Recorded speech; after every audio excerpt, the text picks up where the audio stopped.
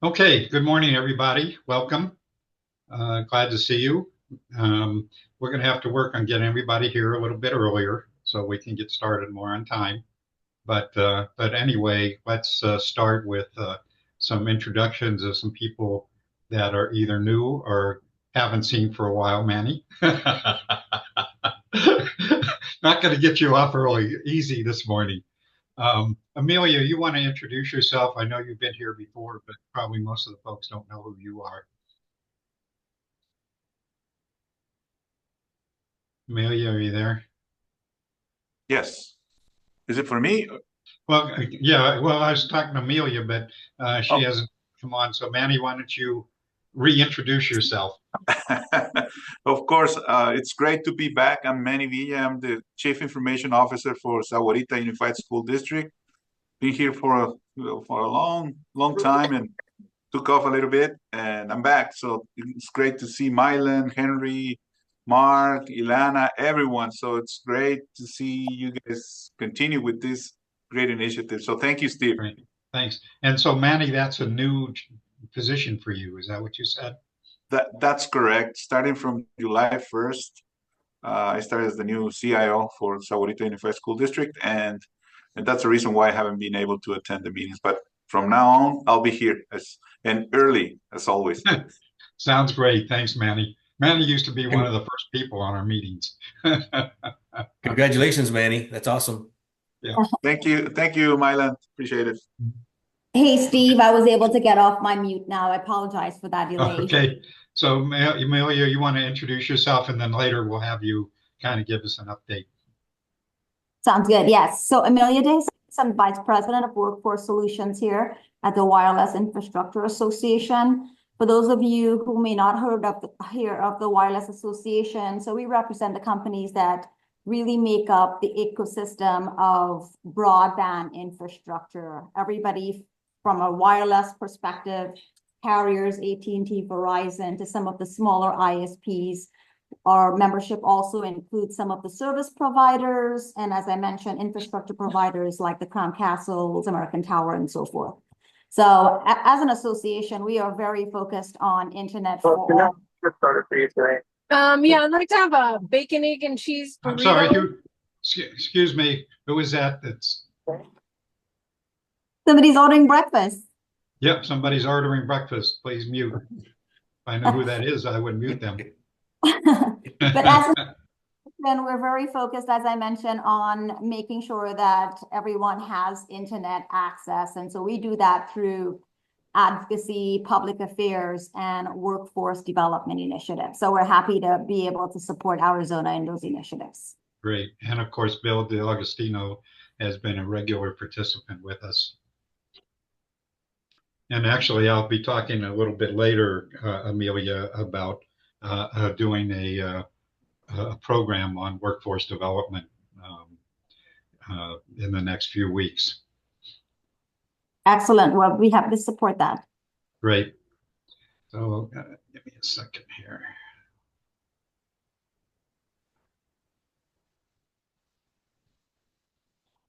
Okay. So jumping in real quickly, I want to again thank our sponsors. So, most of you know, Care First Arizona, Karen Ziegler Consulting Services, Valley Telecom Group, Khajiit, and Triad Wireless. So we appreciate their support. Let me see who's been joining us here. So anyway, let me just go ahead. So a couple of things. I'm sorry. So a couple of things. Probably not going to get an update from the broadband office today. The Arizona and probably the libraries.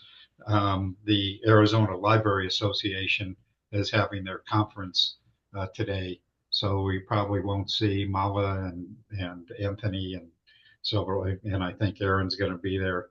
So anyway, we're not going to get that update today. But moving on, excuse me. Again, I want to remind everybody that, as you know, I send my newsletter out, try to recap the meetings with the video and so forth, and also try to include everything that I'm aware of that's happening, even federal and state and so forth. And so a lot of times we talk about things in this meeting, and the links and contact information is in my newsletter. So I just want to remind you that you should, probably like me, you don't get through and read everything, but try to remind you that you can find a lot of that information in my newsletter. Okay, moving on. Is Kelly on today? Kelly McCurdy? Kelly, are you here? Elena, do you want to just talk briefly about the t-shirts? Sure. I mentioned it last week. We have AIDEN, which is the Arizona Digital Inclusion Network, a coalition of practitioners. We decided we wanted to do something fun for Digital Inclusion Week last week, I'm sorry. So we, Kelly was instrumental. I'm sorry she's not on the call, but she was instrumental in working with State 48, which most of you probably know who they are, but they worked with us to design and create a digital inclusion awareness promotion of everything digital inclusion. And so the t-shirts are really cool. I can find the link and drop it in. And we're hoping that the money that there's these first orders that we're doing, the t-shirts are only $25. So AIDEN is not really making any money off of the shirts, but the goal is to be able to sell the shirts. They're not date specific, so they can be used for anyone, anywhere, anytime. And we're hoping to sell those at Net Inclusion at a little bit of a higher price come May. Net Inclusion is NDIA's conference that'll be held on the Gila River Indian community May. I believe it's 25th, 21st. I'd have to check on that. But anyway, so if you're interested in the t-shirts, I can drop a link in the chat. It would be great to have Arizona represented as a state that supports and promotes digital inclusion, digital equity. Thanks, Elena. And again, just a reminder, the link for that t-shirt is in my newsletter, and the information and the link about the conference. It's very exciting that Arizona is going to host that conference next year. So I encourage you all to take a look at that and plan to attend that conference. So moving on quickly, hey, Mark, do you want to just talk briefly about the Broadband Office 45-day calendar market sounding exercise? Sure. And give me a second, I'll put something in the chat that I did last week, but for those that don't have that. Yes. We're in the middle. Excuse me, Mark. So again, that's also in my newsletter. So anyway, go ahead, Mark. Mark Goldstein, International Research Center and Chair of ATIC, the Telecom Council. And I find the chat button and put the link. And so now until November 7th, the ACA, the Broadband Office, has a online map where you can review the clustering of Arizona communities in preparation for the BEAD RFP or NOFO. I'm not sure what they're going to call it here. NOFO means Notice of Funding Opportunity in federal speak, often used by the states as well. So that's a place where you can review how, I think there's, correct me if I'm wrong, someone may know that the number 66 sticks in my mind, that there are defined community clusters in any case, somewhere in the under 100 name, that will be biddable by ISPs and communities later this year when the RFP or NOFO comes out. They are accepting, any feedback on how they've clustered those communities, whether, people think that they're extend past practical areas to be consolidated into one, for example. So this is all the foundational work on deriving what broadband serviceable locations are declared as unserved and underserved is done. This is not a challenge to that. We've completed that challenge process. This is about the community clustering. Glad to take any questions or additional information people may have to contribute on that. Thanks, Mark. Okay, any questions for Mark? Again, the link and the information about that is in my newsletter. Okay, so Nicole is not here today. So a couple of quick things. The state broadband office is looking for as an open position for tribal liaison manager. And more information can be found in my newsletter. There'll be a link to the job description. So if you're interested or you know anybody who might be interested, you might want to check that out. If I'm not mistaken, that position has been open for a while. Okay, if not, let's move on. So quickly, yesterday I attended the Arizona Technology Council. Excuse me 1 second, please. I don't normally do that. Hello. Yes. Okay, I'm sorry, I can't talk to you right now. I'm in a meeting, sorry. Sorry, I just wanted to make sure it wasn't one of our folks calling me. So anyway, I was at the Arizona Technology Council Business and Technology Expo, and had a chance to talk with Carlos Contreras, who's the executive director of the Office of Economic Opportunity. And also, I don't know if she made it this morning, Krista McGarvey, who's the Southern Arizona Region Stakeholder Engagement Manager, also with OEO. And wanted and spoke with them about having them participate in a panel on workforce development. If anybody's got a vision of what's happening in workforce development here in Arizona, it would be them. So I'm working on having them do a presentation, be a part of a panel discussion on workforce development. So stay tuned for that. And then also I had sent information that the governor has created a talent ready initiative for the governor's workforce cabinet to advance Arizona's workforce. And so I'm trying to get information about that, and did talk with Carlos about that. And maybe he can give us an update if I don't find out who else is coordinating that effort. And I do believe that the Arizona Broadband Office is represented on that cabinet. So those are some things that are coming up. And then also coming up next week, Anthony Constantini, who most of you know, who's been attending our meetings regularly, is the state library digital inclusion library consultant. And he's going to provide us an update. He's been attending, but we haven't really had a good update from him. And so he's going to give us an update, an overview. And many of you who are new to us, he's going to give us an update and overview of the Connect Arizona effort at the state library, including the website, digital navigators, and so forth. So that's going to be at least part of our program for next week. Moving on. So Mala is not here today, which I wouldn't expect her to be here. And so Amelia, do you want to give us a little bit of an update? Anything else you want to say at this point? Yes, Steve, actually, I would like to share with this committee and group that WIA introduced a new career pathway tool for broadband careers. It is a free tool to be used by job seekers, government, different schools.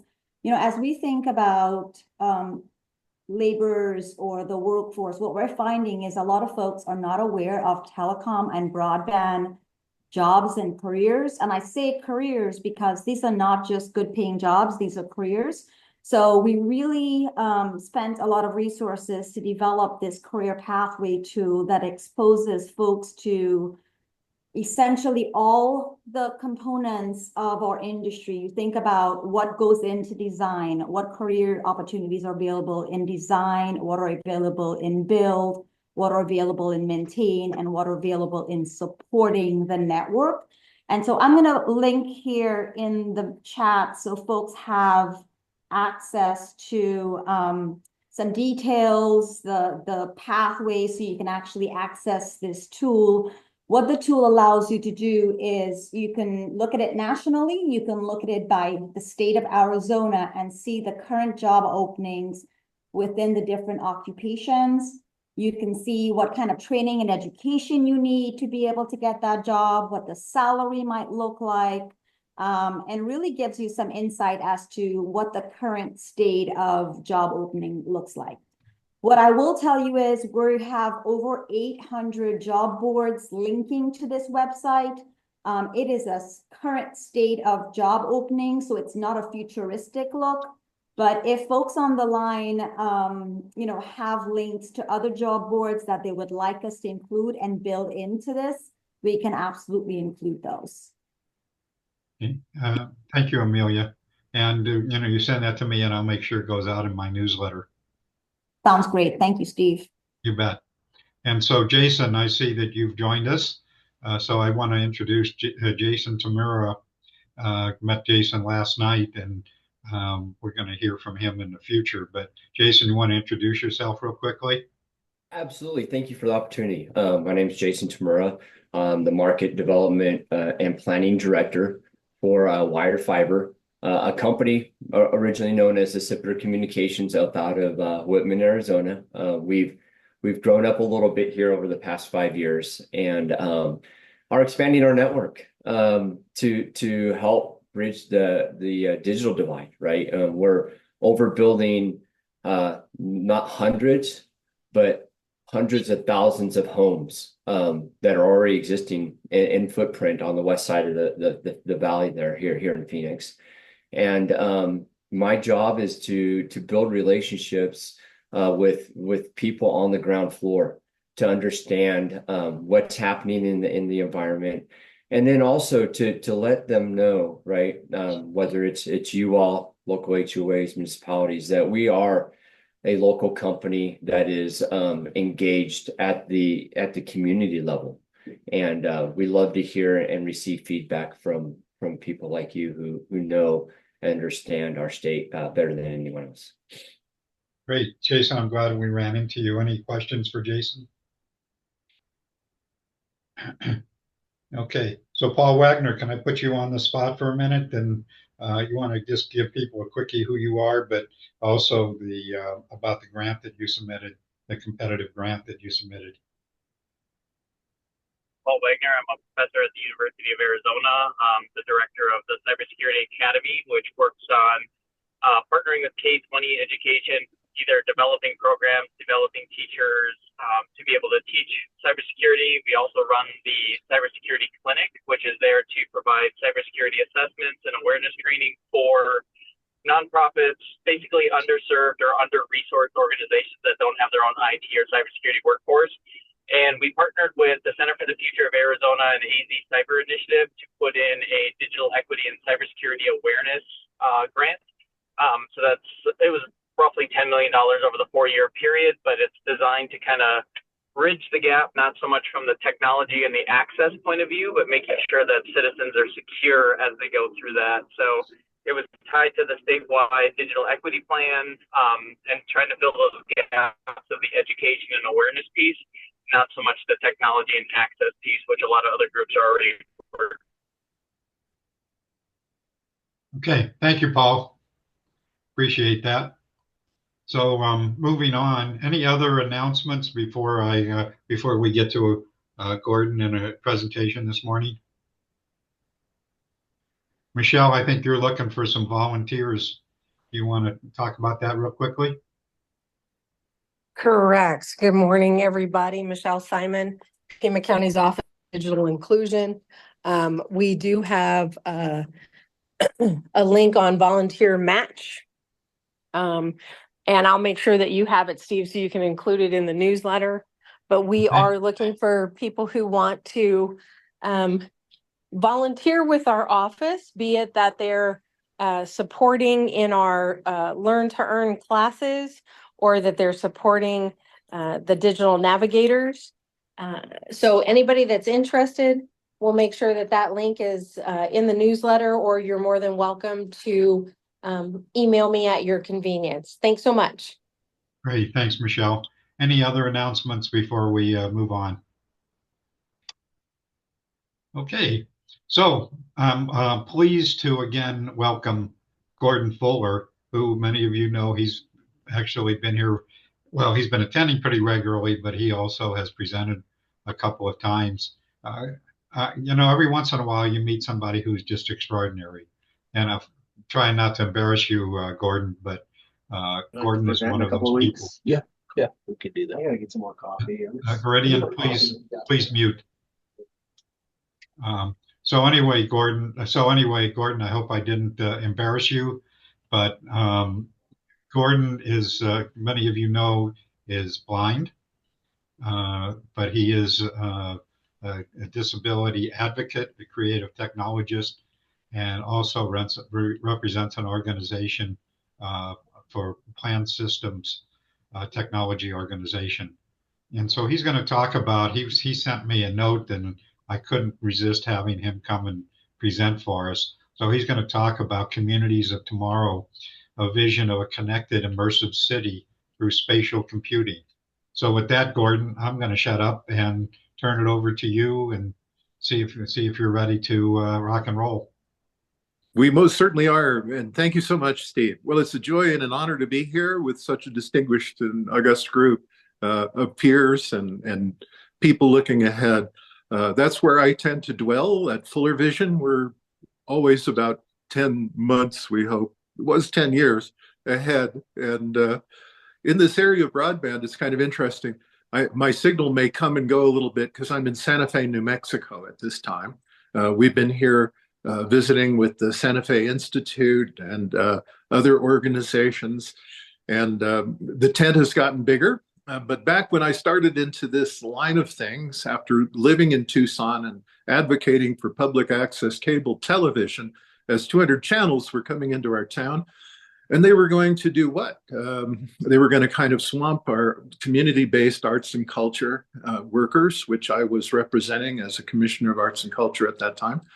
And when I ended up over in Silicon Valley because of my work with computer graphics and virtual reality technologies, I was elected to the board of the community-owned cable television cooperative, and we launched the first cable television broadband network in the United States. Shortly thereafter, I got the Japanese phone company to pitch in, and I created a virtual reality digital twin of Palo Alto, Stanford, the Baylands. We had animals and butterflies all shooting about, as well as video conferencing avatars. And we could do that because we had broadband in our community and an intranet shared between the members of the community, private and secure.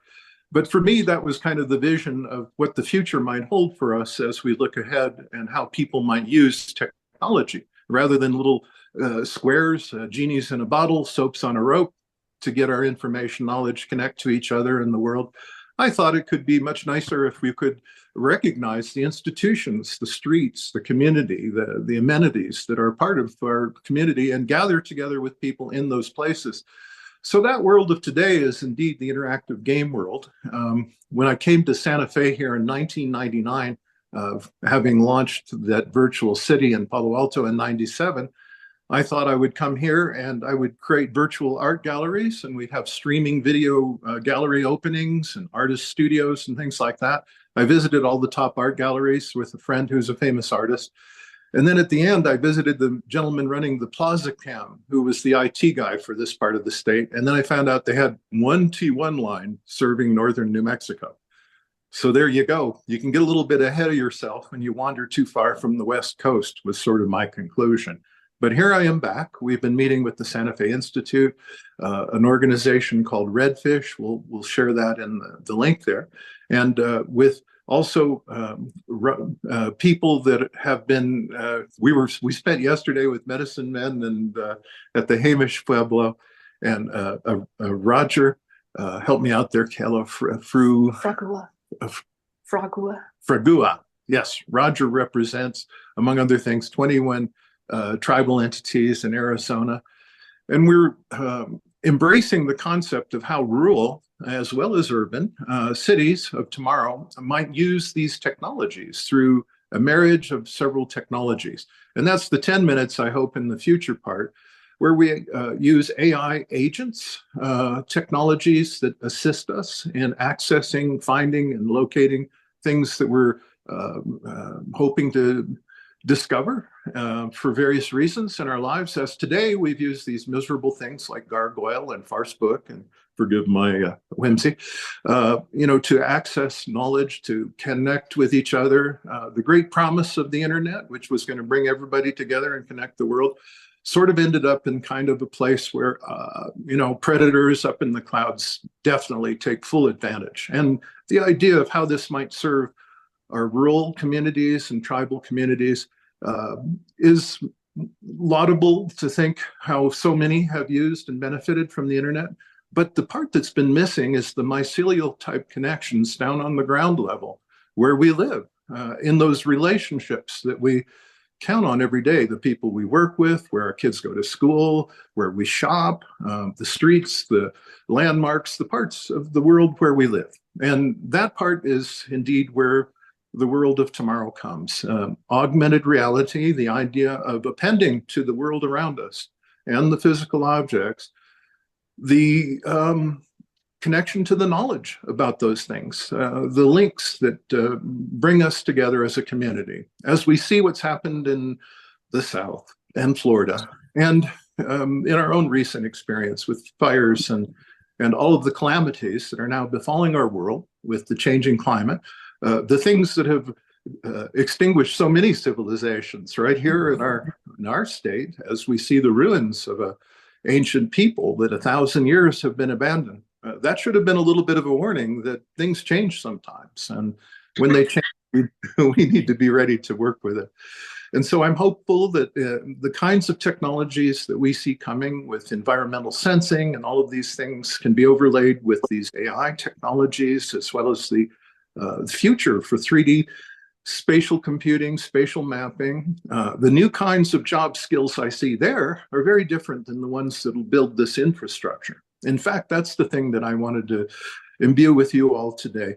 The idea that beyond the spend down of these monies, which are finite and may come to an end possibly sooner than later, what comes next? And the answer is, if we have our communities and our rural areas connected by broadband, why not spread a network that basically fulfills the day-to-day needs of every citizen and puts in place the knowledge and experience and joy of knowing these places, so that we can all engage with those things and make that a part of our life, and a new social fabric around us that binds us together in better ways. Today, it's very difficult to get information about what's around you in your neighborhood, or to get gardening tips from your neighbors. I mean, my goodness, why is that a struggle? Why is it that next door neighborhood, which is just absolutely pernicious to any kind of real civility or usefulness or emergency response, why is it these things are what we're plagued with? And why haven't we yet evolved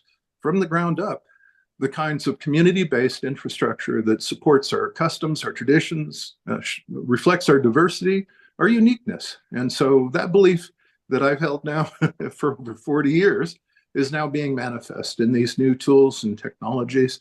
And I didn't want to spend too long on this today, other than just to open it up to questions about technologies and how this might evolve. But indeed, what comes after this broadband initiative? And I just wanted to put that out there for you all, to have a vision that it could go from where we are today and what we'll end up with these new tools and technologies, this new boost to the infrastructure, which was, may I point out, horribly badly built by the telecom monopolies that we allowed to do this sort of work. Now we're kind of getting to fill it in and kind of complete their work. And so from that side of the desk, not a very good recommendation for how well America handled the idea. Could I please do a Hello. decaf oat milk latte with honey? A little Who is bourbon in that? that, please, too. Who's ordering, please? Hot, please, medium. Okay. Regular. Sorry. I'm charmed. So Sorry. anyway, kids, ladies and gentlemen, friends, please, I'd Could like I to open it also up. do a large you for- vanilla latte hot And Okay, then whoever, water. whoever is ordering, please mute. I don't And know that's what it. that is to mute them. Yeah, if you're paying no attention, you could just hang up too, as far as I go. But in any event, thank you all so much for giving me this time to share. And we have some items we would share with you in the links that could kind of help fill in some of the blanks, but be delighted to answer any questions, share anything I can. Been studying this world for a long time, got involved in AI in 1983 with Lisp programming on a symbolics computer right there in Tucson. I'm working with people that established the Santa Fe Institute, who are now the Harvard Center for Visualization. We're working with quite a few organizations. Flower Hill Institute. The Flower Hill Institute, we'll share that with you as well, working with tribal communities. And so the day after tomorrow, what do we do with this wonderful capability and where's it going to go? I submit there's a new world waiting for us. It'll change things. It'll give us more resilience. It'll be sustainable. And that's the other part of this. You know, how do you make things sustainable? Well, I do want to submit that when it comes to digital inclusion, you start with accessibility. Now, that's an interesting concept because I can tell you in Silicon Valley, my constant plea there was, remember the human spec is from cradle to grave. It's not just testosterone-filled 20-year-old males in a cubicle. You know, it is the rest of us all that use these tools over the course of a lifetime with varying degrees of ability, sometimes disability. And wouldn't it be great if we designed with that in mind? And that is not a constancy. So putting accessibility up in front and understanding that you don't get inclusion unless you have accessibility. And so accessibility can be the killer app. And I say that because there's federal funds available in the form of tax credits to every small business, $15,000 per small business per year. That comes out of your taxes, and they send you a check for $5,000 to make it $15,000. And with that, you can do spatial mapping. You can get spatial retail specialists in there. There will be jobs for lots of people. And I have provided some of those details in the things that I'd like to share with you today down there in the chat. And digital inclusion is what we're looking for, and an idea of how to make it sustainable and what it might mean to communities and how it might better adapt us and make us more flexible and useful than just merely giving people access to the internet. So that's where that $16 million out of the billion we've received for infrastructure are going to go, will be towards how people might flesh this out a bit and how that might help those 10 groups of unserved, underserved communities, including the folks with disabilities, including our Native American tribes, including our people that have other languages and other challenges. This could be the better world ahead. And so I'm glad to share that. And thank you. Let's just share a few questions, if you will. Questions or comments, discussion with Gordon? Gordon, can you quickly, and you use this term a lot, and I know you've explained it before about spatial computing and what that is. Yes. Spatial computing is, in essence, what Apple has talked about with their Vision Pro head-mounted display. It is also what Meta has been focused upon, how to make digital twins. That is also spreading very rapidly, as always, in the enterprise and in industrial. Our cities are all using mapping software. All of the infrastructure for Tucson, every street, every Tucson Electric Power, everybody uses spatial computing to map and to annotate the built environment. The built environment is the thing that I focus on from the standpoint of accessibility. Today, our United States has led the world in making barriers go away for people with disabilities and for making the world more inclusive. The ADA, Title II, Title III, also 504, 508, also the Telecommunications, 21st Century Telecommunications Act, they all stipulate that there should be accessibility. But accessibility doesn't really provide any cues to where do you find it. If I'm coming down to the county complex, where are the ramps? Where's the elevators? Where's the disabled parking? How far will it be? And unlike our cell phones, which run out in a few hours, and we all are kind of mindful about what a nuisance it is to charge those, imagine if your you're moving about, your mobility is dependent upon an electric charged vehicle. Well, in that sense, that range anxiety really applies to chair users. And so wouldn't it be great if you could actually plan your trip before you go there, which is what we all do when we travel as travelers or tourists. And this kind of capability, of course, is very, very significant. And for me, when I'm out in the built environment, I see none of the signs. I have no landmarks. I have none of the street names. Those are all what I call the commons. Those commons, which are part of every bit of our society, our parks, all of these things, are a concept that goes way back in history, and certainly among our indigenous communities, the way we lived, how we see the world, our indigenous worldview. And why not expand that commons to include all of that information down in City Hall, in the county, giving us all that spatial mapping data, and then use it to extract and create an easy way for us to use highly accurate, precision kind of spatial mapping. And so spatial computing is where then, by virtue of the fact I'm standing at the front door for a meeting at county, but the doors are locked, and this is the only door I know I can come in to get to the elevators. And so who do I contact? Bang, here's a link. And it's like that.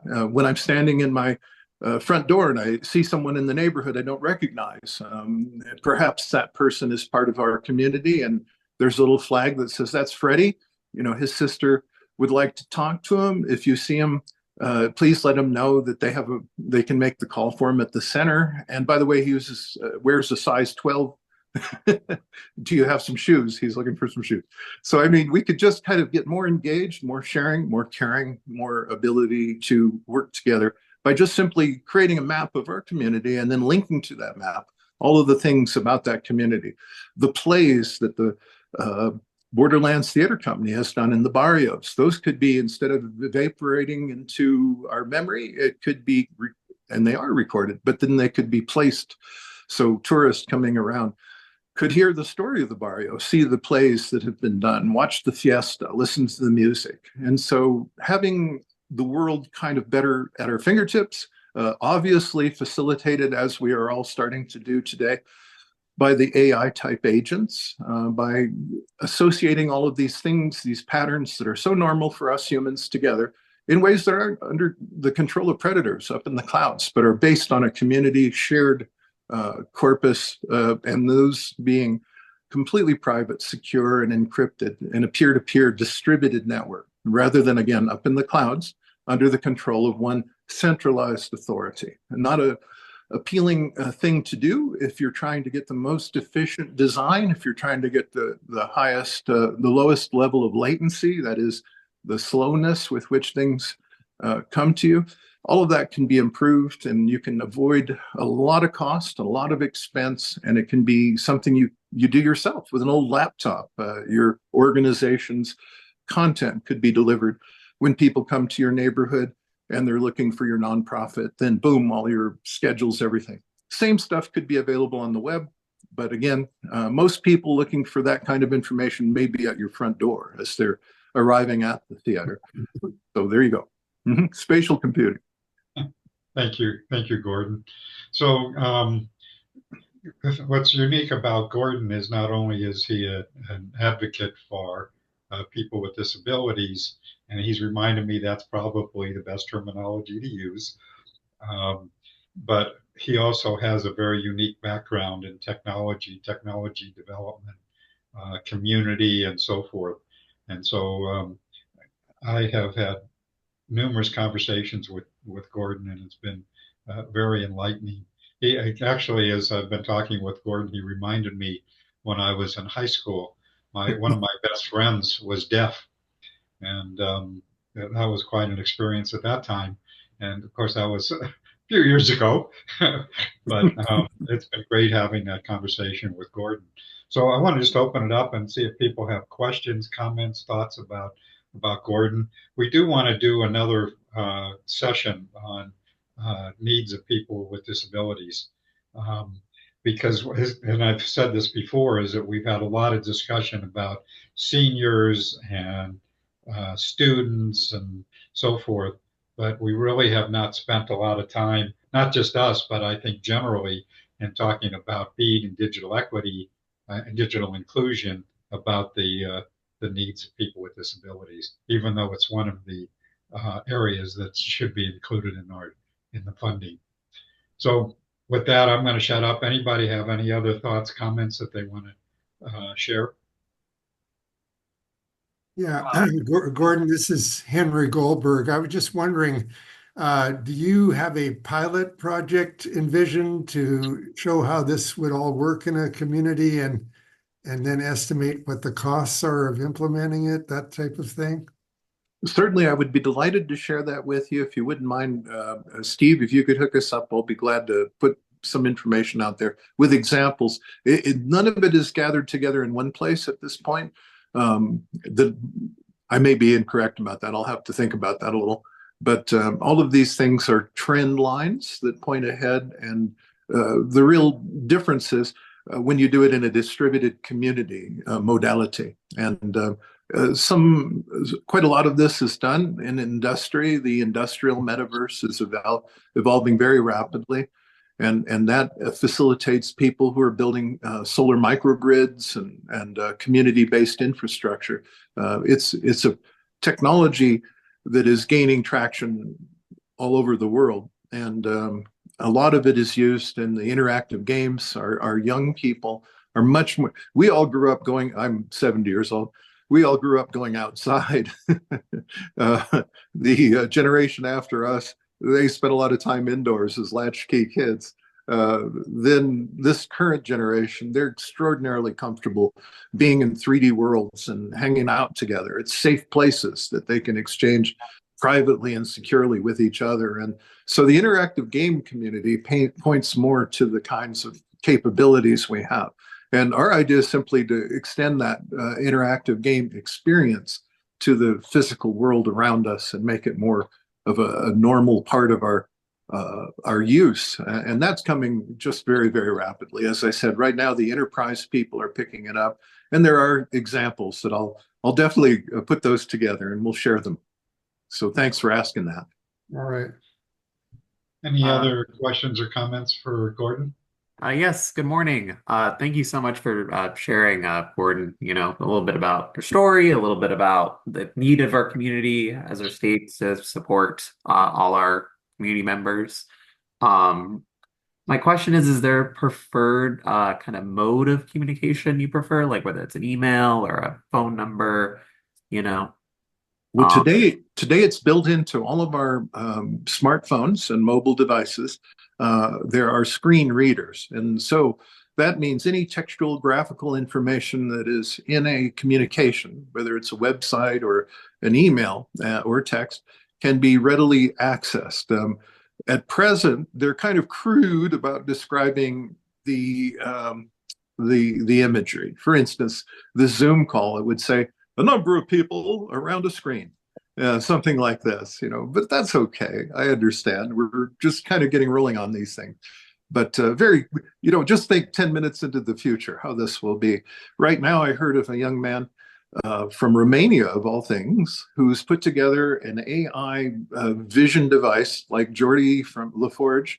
Was a dream of mine since the 70s that this might exist. And it uses AI and cameras and dead reckoning to find help for wayfinding and object recognition for blind people.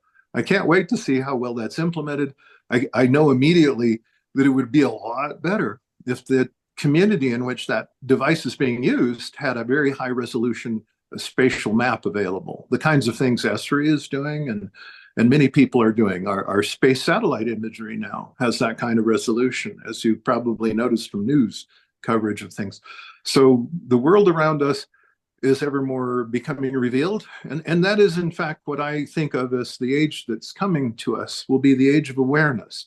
It's where we no longer are isolated and lost and stigmatized by the world around us. We begin to engage with it, learn about it by virtue of just being present and open to the possibilities that the creek might be rising, better to check, things like that, giving us awareness and a connection to each other and to the world around us. That's my goal. So the I think Miles was I think Miles was also asking, how does he communicate directly to you? Oh, I think it was kind of like a two-pronged question, you know. It was. Yeah. I took it that way. And indeed, any of it works for me. No worries. Any other questions or comments for Gordon?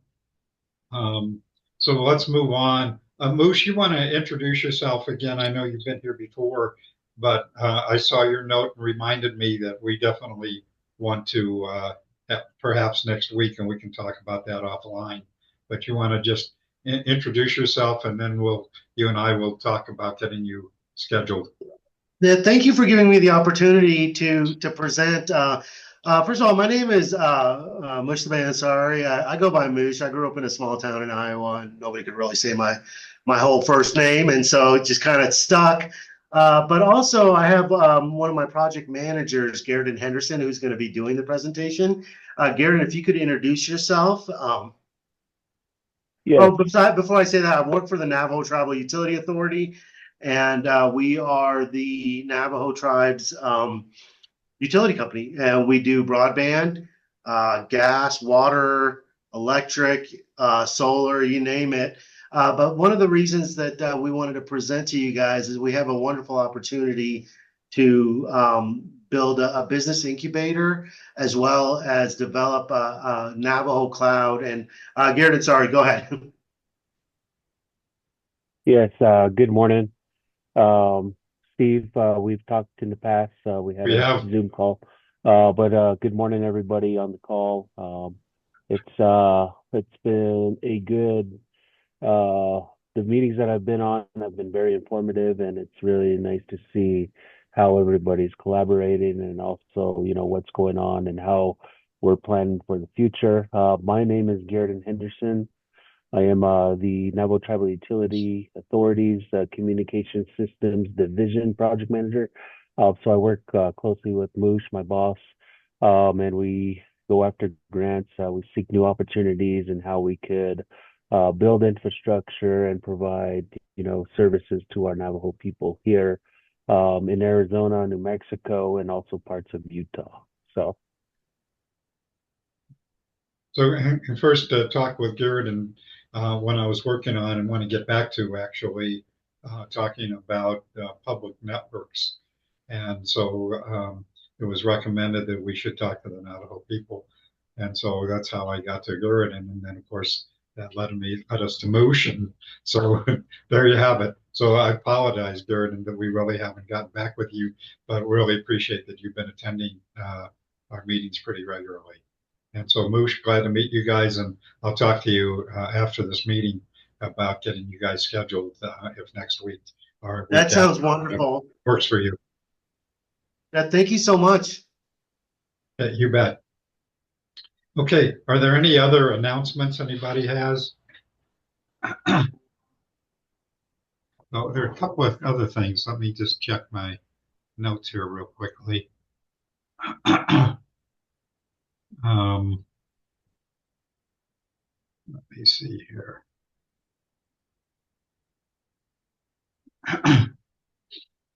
So just a reminder that November the 13th, the Arizona Technology Council will have their annual Governor's Celebration of Innovation in Arizona coming up. And then on the 20th, they are having a Technology Council Tech Inclusion Forum on breaking barriers, disability inclusion in technology. And just FYI, I have been communicating with them that event does not provide for remote participation. So that event is in Phoenix. I included the notice of the meeting in my newsletter, but I will be following up with them. And I said, hey, we're talking about digital inclusion. Maybe we should have that event online. So I'll be working on that. So any other announcements, anything else that people want to share? Going once, going twice? Yes. Steve, Oh, real go quick. ahead, Elena. Yeah, I'm looking for ideas from folks who are in the community working with people who are interested or need digital inclusion resources. We're trying to put together a suite of specific resources, and we're wanting to know what people are asking for. So I know Michelle's not on the call anymore, but folks that are not in Maricopa County specifically, we're trying to reach some rural communities through anchor organizations. And so we're looking to find out what is it people need beyond, or what are they asking for beyond, how do I turn on my computer? How do I set up an email? Like kind of like the 200 level, online safety, security, cyber, AI, all of those kinds of things. So if anybody has any thoughts around that, I'll put my email in the chat, and I would love to hear from you. So, Elena, how will that interface with Connect Arizona and Kelly's A1, AZ1? It won't. It won't. It's for. Well, I mean, it will. It's for common sense. I mean, we were trying to collect stories too. So we do a lot of advocacy work in Washington, and so it seems to be the only way to get through to some congressional leaders is by giving them the stories of real people in their districts on the ground, et cetera, who are flailing, who are trying to figure all of this out. So that's one use for it. In terms of the need, we already have a lot of digital inclusion resources, but we're finding that we have too much. And so I'm trying to narrow down the field a little bit to see what are people asking for, and can I put a suite of resources together to share out? Okay. Thank you. Any questions for Elena? So Amelia, was there something else you wanted to share this morning? I thought about it after the fact. There is going to be a broadband event in South Carolina in the next 2 weeks that really focuses on non-deployment dollars. And I know when we think about workforce, we think about it in terms of deployment dollars and non-deployment dollars. So since that event is coming up, I just put it in the chat. So if anybody wants to take a look at it, a lot of the state broadband leaders, including Evan Feynman from NTIA, will be attending that event. That's October 29th through the 30th in South Carolina. Okay. Thank you, So, Amelia. Can I ask Amelia a question? Sure. So it's open up to is that opened up to anybody who wants to go? Because I know for Arizona, I've been told by various people on various levels with the broadband office, et cetera, that Arizona will have no non-deployment funds at all. There will be none left. Yeah, I think what's happening is a lot of the states, based on their analysis, have determined they may have non-deployment dollars. Some of them have determined that they have to wait until the sub-grantee process to see what's left over. So in light of a number of states anticipating that they will have non-deployment dollars, this event is being hosted to talk through what the best use of those non-deployment dollars would be. Great, thanks. You're welcome. Okay. Steve, Mark. Yeah, go ahead, Mark. So we had a conversation a week or so, maybe 2 weeks ago, about Starlink and the hurricanes in the Southeast. And I did look into that a little more. And so two things happened there. You and I weren't clear on what was happening when we had that discussion before. One is that Starlink has now offered free service to residents of selective Southeast states, including existing customers, for the rest of the year. However, if you don't have Starlink service, you would have to first acquire their hardware available at Best Buy or some retail locations, but in the infrastructure damaged moments, maybe you can't get there, and 2 to 3 week delivery times if you order it online. So on broadband, that's the story. Free service the rest of the year for existing and new customers, but you obviously have to have a Starlink receiver dish. Then the other thing that excuse me, Mark, before you move on. Yeah. So that receiver, that equipment that's required is like a $400 Yeah, it's for $400, correct. And that is not subsidized. You need that to get the free account. Whether you have it already, you can get free service rest of the year. Or if you're initiating service, you got to lay out that 400, 385 or whatever your price ends up being for it. And then the other thing, which was a thing I was aware of in our last conversation, is some of the generation 2 Starlink satellites, only some of them have extended capabilities for what's called direct to device or cellular phone access. Their deal is only with T-Mobile, but they were given provisional authority by the FCC to activate that service in areas of the Southeast, and that would let T-Mobile customers do some limited, certainly texting and emergency services, and maybe some limited voice telephony, definitely not broadband, over Starlink satellites. So I just thought I'd clarify that conversation we had a week or two ago. Great. Amelia, I don't know if you have anything that you want to add about what's happening with Starlink or not. From my perspective, I think as we look at deploying and trying to reach every home, every community, we know that we need a mix of technology. And so all communities will not be able to deploy fiber, all will not be able to deploy fixed wireless. And as much as Starlink may be expensive, or some of the LEO satellite services might be expensive, if that's what it takes to get to each household, hopefully states are looking at building that into their plan. Yeah, and to confirm, I'm working, Amelia, on 4 to 5 broadband grants, BEAD grants in Alaska. And there's a lot of scattershot. Alaska, of course, is 2.5 times the size of Texas. It's enormous. And when we look at the clustering in Alaska, you not only have the broadband serviceable locations within defined community boundaries, you have a scattershot of hunting camps and remote cabins. And so our strategy, this is a company, Quintillion, that actually its president is from Scottsdale, Mike McHale, Mac, that some may know, is a 3-tiered strategy. Fiber wherever fiber is practical, with a certain cost, threshold of delivery, which means where there are residents in some proximity to service and each other, fixed wireless, where there are clusters, reachable clusters or individuals outside of the core communities, and satellite services as the 3rd tier, all in a single proposal. So I'm not sure every state will allow that kind of technology mix. Hopefully they will. In Alaska, that's certainly what we anticipate, is a 3-tiered response to the 4 or 5 BEAD proposals.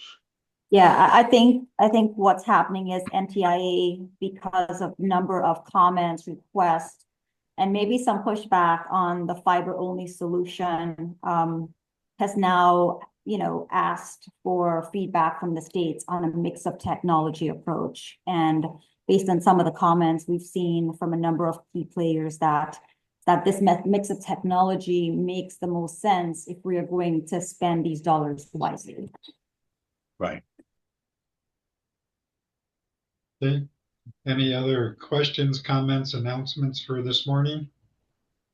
Yeah, Mark, I was just going to ask that's free Starlink service. Is that for residents of communities that are affected by the hurricane?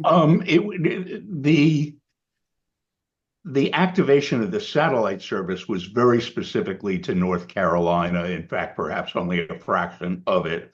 But the offer of free satellite service was to an entire 5 or so states in the Southeast statewide, to my understanding, Henry. It wasn't selective to the specific communities that have been hit by the hurricane. It was statewide for about 5 states, is my recollection, in the Southeast. Now, obviously, as a customer acquisition strategy, you give people a few months free, they've bought their hardware, so it's a loss leader for them in that regard. Okay. So they're actually trying to attract new customers that way rather than just serving people affected by the hurricanes. Sure. But Okay. but even people with existing service are getting their service if they ask for it free for the rest of the year. I see. Okay. Interesting. Hey, anything else? Hey, Going Steve, on? it's Marco. It's Yeah, Marco. go ahead, Marco. Hey, it's Marco from T-Mobile. I'm on the road, so apologies I'm not on video. Hey, just to piggyback on what was mentioned regarding our exclusive deal with Starlink, so we are the exclusive partner in the U.S.